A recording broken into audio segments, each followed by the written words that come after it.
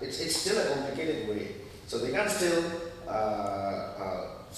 what they call balance it yet. What I can more explain is that they want them, some of them, not all of them, because there's if you talk about the law, of course there's a what would you call it a charge on them. Only that they can be in they are sent to prison. And why for the of course they are also also engaged in political parties. So in this case, it is very what our government is saying now. Frankly, saying that there is no political prisoners in our country. But well, if we want to go it legally, you can see it. You will see we have a lot of laws and laws which are previously from still a lot of laws from the British Empire. So which has what we call bias translation maybe. So what I am trying to say here is that well they have released the much of them. Although well it is a good point. It is moving forward. Let them participate if of course. But and to be sure that in those all so-called political prisoners, well they are some. But they have some of them are also committed a crime, serious crime that may be related to politics, like trying to have a plan a bomb. So in this case, these people are still serious, so they have to still be in the prison. So but those who can be released, whether we put it, we have already done it already 2 times this year. So a lot of them have been released. So what I was suggesting that if we can release it, please do so that we have more credibility and let them participate. And I'm not good at law, but what I want to say is that well, to have a peace, we have to do something. If we can set aside. We set aside it and we let them go. So this is one point I think to answer your question. And another one would be about this union dialogue again. So as we see that we have achieved already first step dialogue with most of the armed groups. And don't we get confused that those national races are all separated part from the Burmans. They are all mixed up. They speak the language all together. We even in our ministry we have various kind of national races even in our country. But there are some fractions those who don't agree with the government. So this is one point we have to understand. Okay, so we have some who agrees with it and who is working together with the government as well as who is going against the government.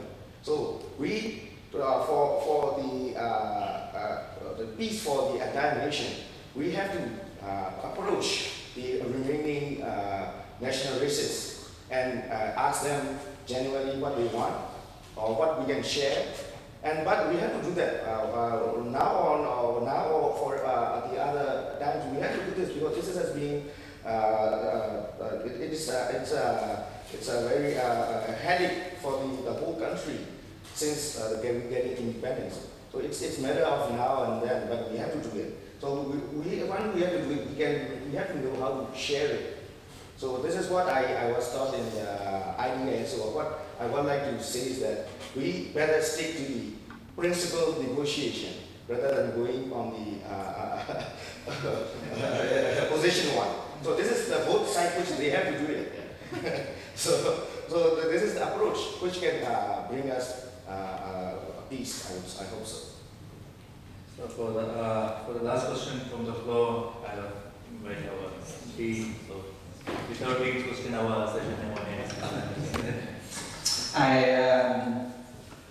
I'm really impressed with this talk, because I have learned a lot and see the reaction from the audience here. Each of them has a long comment and many questions, so I will be rather short. And I'm quite happy that you have use what you learn in a class, like environment, give the framework for politics, principle negotiation, rather than position negotiation. So I'm quite happy that you have applied your knowledge here. My question would be to the speaker here, whoever want to take up the question. One, what drove Aung San Suu Kyi to agree to the by-election? Because in a way, it's not a certain thing because she would not have the controls of the government when she come in, and she will have limited power to change the direction or to satisfy the rhetoric. While the government can do it, and then probably after 1 year, 2 years, would her popular decline because she cannot deliver as much as she would like to do. So what really drove her to do that? And coming back to the ethnic question here, actually it lasted since the Second World War ended, the fight for independence, the Panglong's agreement. And I'd like to know that probably the union dialogue that you're talking about, we have to look back at the history. And what would Aung San Suu Kyi do regarding the ethnic issue if she come to power? Would she follow her father's determination? I think it was him who said that there would be a talk after independence, the Panglong agreement, that to have the minority, to have more autonomy or whatever, or some sort of independent, or let's talk after the agreement had been banned from Britain. So I'd like to hear your view. Whoever wants to take up the question. Well, on Aung San Suu Kyi, I know we were all surprised, particularly myself, that after boycotting the 2010 elections, she decided to compete in the by-elections. Because after all, one of the biggest impediments to her and the party competing was the constitution. That hadn't changed. But at least they changed the by-election law so that they don't have to say they will uphold the constitution, but that they will essentially not denigrate the constitution. She thought that was sufficient. That hasn't changed in terms of the swearing in of the parliament. So she's now, and the NLD is saying the MPs are not going to swear allegiance to the constitution, because after all, it's the constitution they want to change. I think, though, that she's become much more pragmatic after meeting Thein Sein, and she's begun to realise that if she doesn't, and the NLD doesn't actually enter the game, it's going to become increasingly irrelevant. I think, and I fear that she personally is running out of time, that her health is not very good, but she's also aware that the NLD's credibility, people are still angry that they didn't compete in 2010. The party's credibility is on the line. So she took a gamble. It's the first real gamble she's taken, I think, and I personally was very pleased. I know her quite well and I had long discussions with her. But she's decided that this is the only way to actually have a voice in the political change. Now, I think a lot have said she's only 7% of the parliament, 10% of the... I don't think it really matters. If you look at the parliament, the way it votes, the soldiers don't vote in a bloc. Or the one time that they did vote in a bloc, they voted for the release of political prisoners, which you wouldn't have thought they would have voted for. So I think she wants a voice. She wants a platform to build support or maintain support for the NLD in 2015. If she can't deliver, things don't happen. It's not going to be her fault. It's the government. They're the ones who are going to lose credibility. So I think, although it's a dangerous step, that she sees a win-win situation. I think the thing to remember also that she, in this election, she has shown to everybody she's not irrelevant. A lot of my friends, businessmen in Burma, were saying she's irrelevant. No one cares. a feisty woman and she should just go back to the kitchen. Well, she's proved that actually she is still popular. She is still the most popular person in Burma. And I think this is the other thing, coming back to a question earlier. Aung San Suu Kyi is the only unifying force in Burma. We may disagree, the army certainly disagrees, but she is really the only unifying force in Burma, even with the ethnic minorities. Many of the ethnic minorities don't trust her because of her father. I mean, we all sort of suggest Panlong was a brilliant success. It involved 7 ethnic minorities out of 17 key ones. But we do know that Sue has changed. She's read a lot about national reconciliation. So I think her position would be, I believe, there has to be some form of federal state. She would agree with the regime. We cannot have any ethnic minority seating. Autonomy, yes. Independence, no. And again, it's a bit like the conservatives in America. They were the only ones who could talk to China in the 60s because they were so hardline. It's Sue was the only one that people will appreciate. She could tell them some hard truths. I'm quietly optimistic, but I think the ethnic minority issue is still her Achilles heel. And as far as young people are concerned, she's become a new Madonna. When she was released in November 2010, I was teaching some this is off the record, some young Burmese students, 17-year-olds who came to Thailand. They're obviously from the elite, and they said, you know, we're so tired. We've been waiting outside Sue's house to see her. These are 17-year-olds, and I said, "Oh, have you been followed?" No, we didn't know about Sue till she was released. Now I want to learn about the political history of my country. She has rejuvenated young people as well. How deep amongst the young generation that goes is another matter, because I'm talking about the urban elite in Rangoon. But from what you see, if you look at the pictures of her campaigning, lots of young people. She has galvanized the youth. But sure, there's a lot of pressure on her shoulders. When we talk about can she deliver, it's not delivering reforms, but can she actually keep up the pace? Can she be the people's prophet, the people's voice? I think that's going to be hard, particularly as I fear that her health is deteriorating.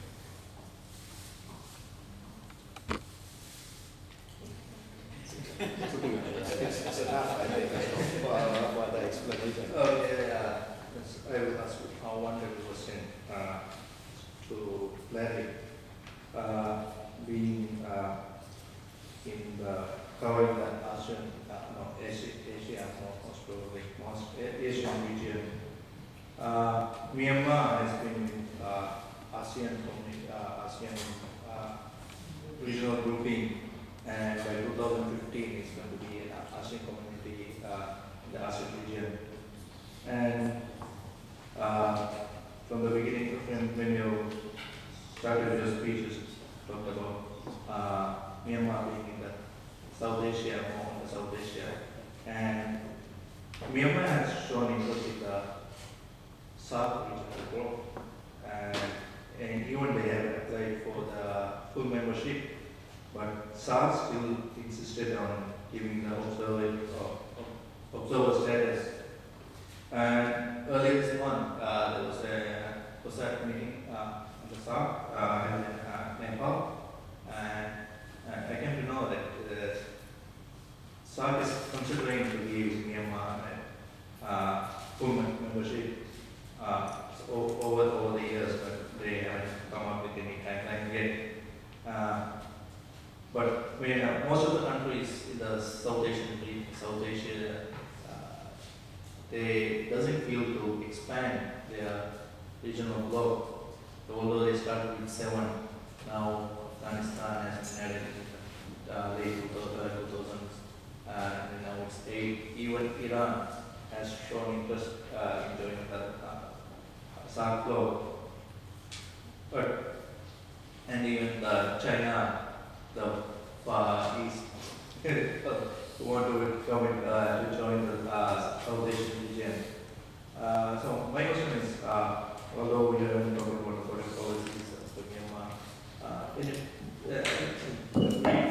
you very brief comment on how the Myanmar could exist in the South Asian region? I mean, I would love to have another session on foreign policy because there are lots of issues that one could talk about. There's no doubt that even before Thein Sein came to power under Thaj, they were also looking towards South Asia. Win Ong actually talked about this, and the Thais were very upset that Burma might join SARC.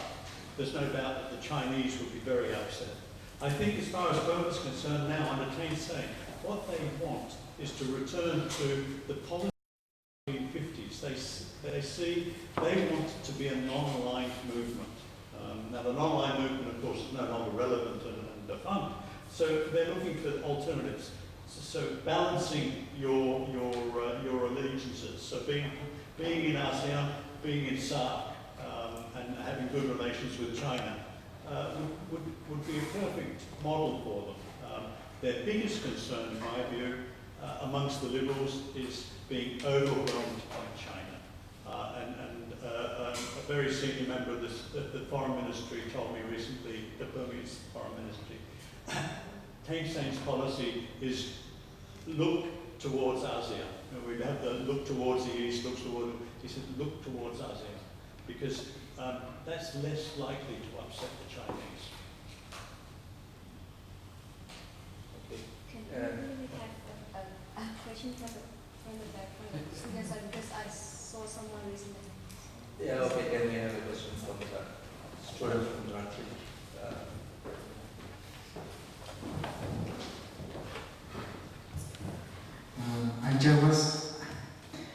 I really support positive change in Myanmar, because I just want to know the answer from Mr.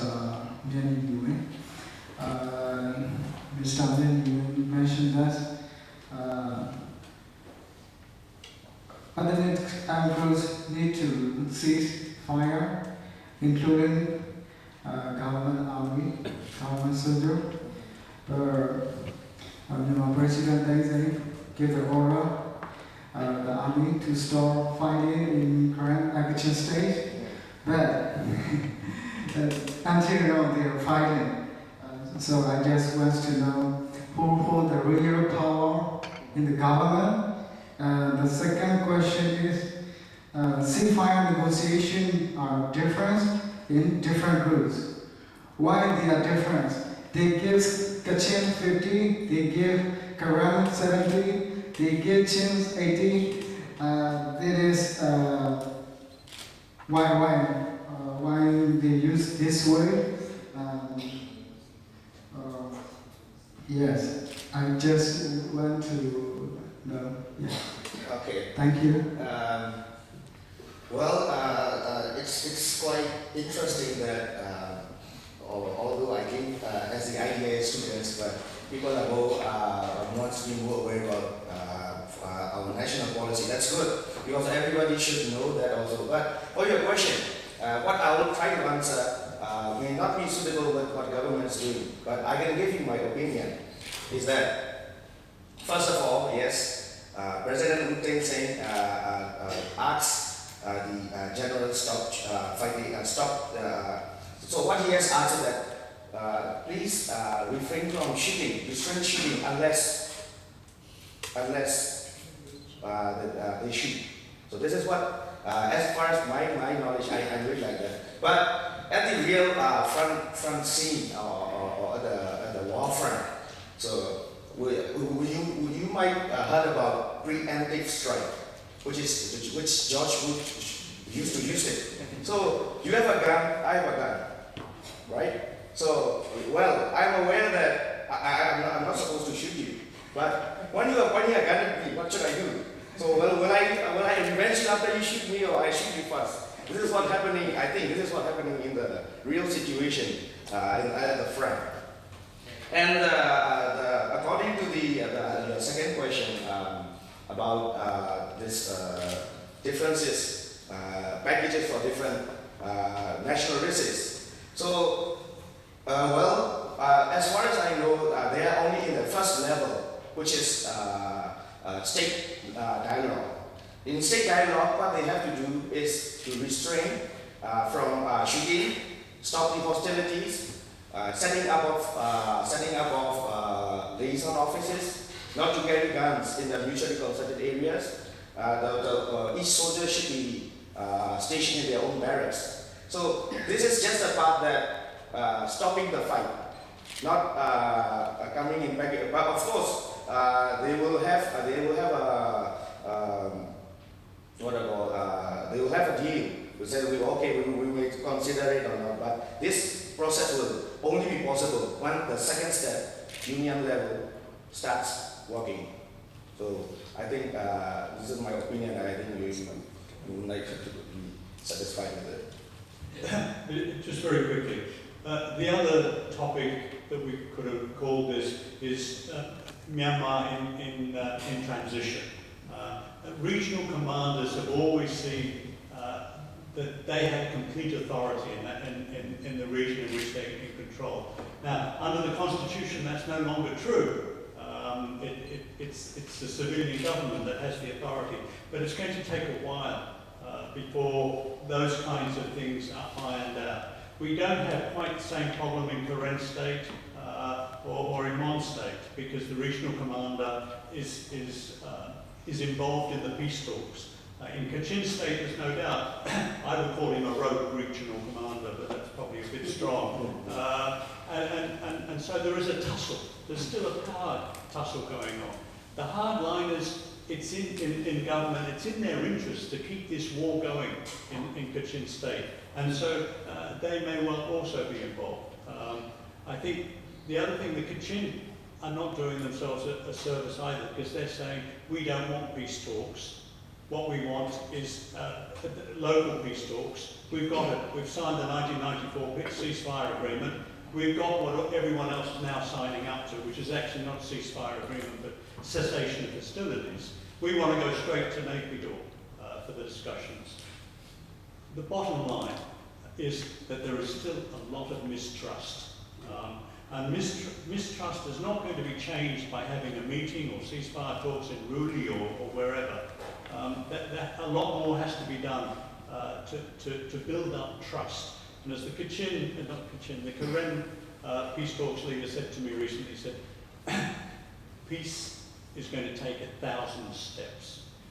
It's not going to be quick. However, it's unfortunate what's happening in Kachin State. It's desperate. I get telephone calls every day from Laysar, the latest casualties, the deaths and disease amongst the refugees. It's not a good situation, but overall, it's part of the transition. I don't think you can say this shows that nothing is happening. It's going to take longer. It's part of the transition.